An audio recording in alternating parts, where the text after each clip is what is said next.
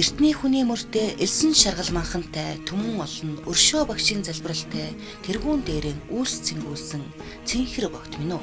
Өвөрхангай аймгийн иргэдийн төлөөлөгчдийн хурлын 2024 оны 1-р сарын 29-ны өдрийн хуралдаанаар баг богт хайрхан уулыг аймгийн тахилгатай болгож 4 жилд 1 удаа дахиж байхаар тогтсон билээ.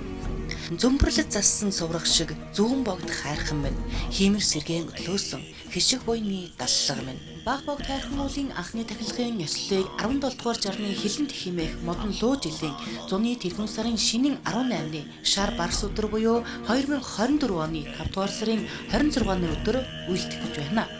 Өвөрхангайчууд та бүхнийг хүрэлцэн эрхийг урьж байна. Ерөнхий зохион байгуулагч Өвөрхангай аймгийн иргэдийн төлөөлөгчдийн хурал засаг даргын хамгийн газар.